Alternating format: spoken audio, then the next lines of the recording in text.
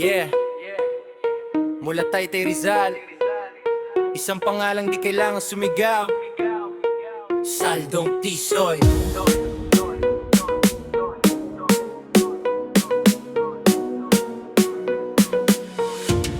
Yeah, sa kalsada ng Taytay may alamat na umusbong. Di pala salita pero ramdam bawat galaw at tunog. Tahimik lumakad pero may bigat ang presensya pag pumasok sa eksena. Kusang may impluensya, nagsimula sa hirap, sa gutom at dilim. Sa mundong ang hustisya madalas kulang at bitin. Natuto sa lansangan, batas ay karanasan. Hindi puro yabang, kundi tamang galawan sa bawat hakbang. Dala ang prinsipyo, respeto ang puhunan. Di basta-basta kinukuha bro. Pag sinabi niyang oo, tatapusin ang laban. Pag sinabi niyang hindi, di mo na kailangan na pilitin.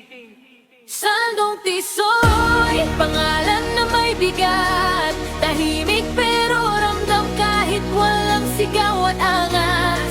Humawak ng lugar, pero di nagyabang. Respeto sa kapwa, yun ang tunay na may timbang.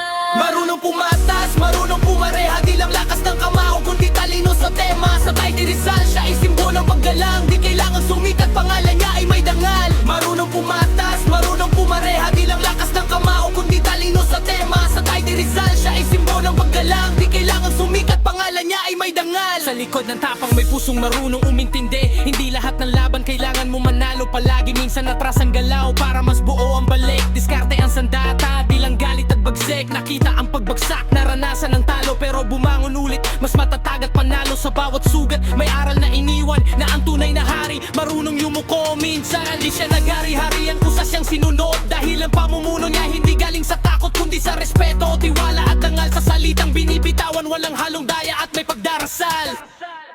Saldong Tisoy, pangalan na may bigat. Tahimik pero ramdam kahit walang sigaw at angas.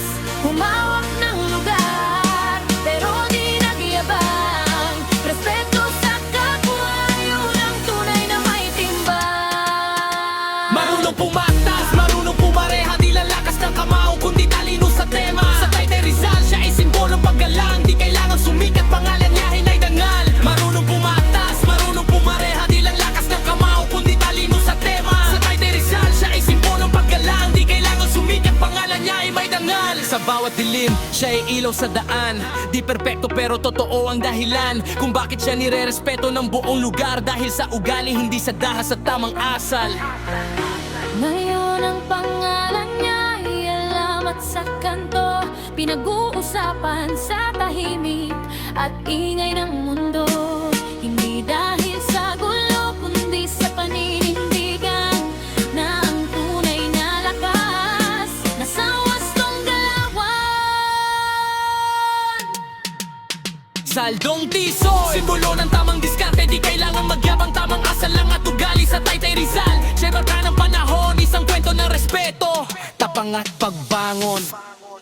Saldong Tisoy, pangalan na may bigat. Tahimik pero ramdam kahit walang sigaw at angas. Humawak ng lugar, pero di nagyabang. Respeto sa kapwa, yun ang tunay na may timbang. Marunong pumatas, marunong pumareha. Di lang lakas ng kamao, kundi talino sa tema. Sa Taytay Rizal, siya ay simbolong paggalang. Di kailangan sumikat, pangalan niya ay may gagawang. Marunong pumatas, marunong pumareha. Di lang lakas ng kamao, kundi talino sa tema. Sa Taytay Rizal, siya ay simbolong paggalang. Di kailangan sumikat, pangalan niya ay may dangal. Mula noon hanggang ngayon, iisa ang linya. Respeto sa kapwa, yun ang tunay na sandata.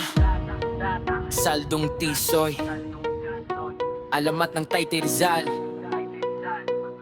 Ako si Soy T. Martinez, Dedal.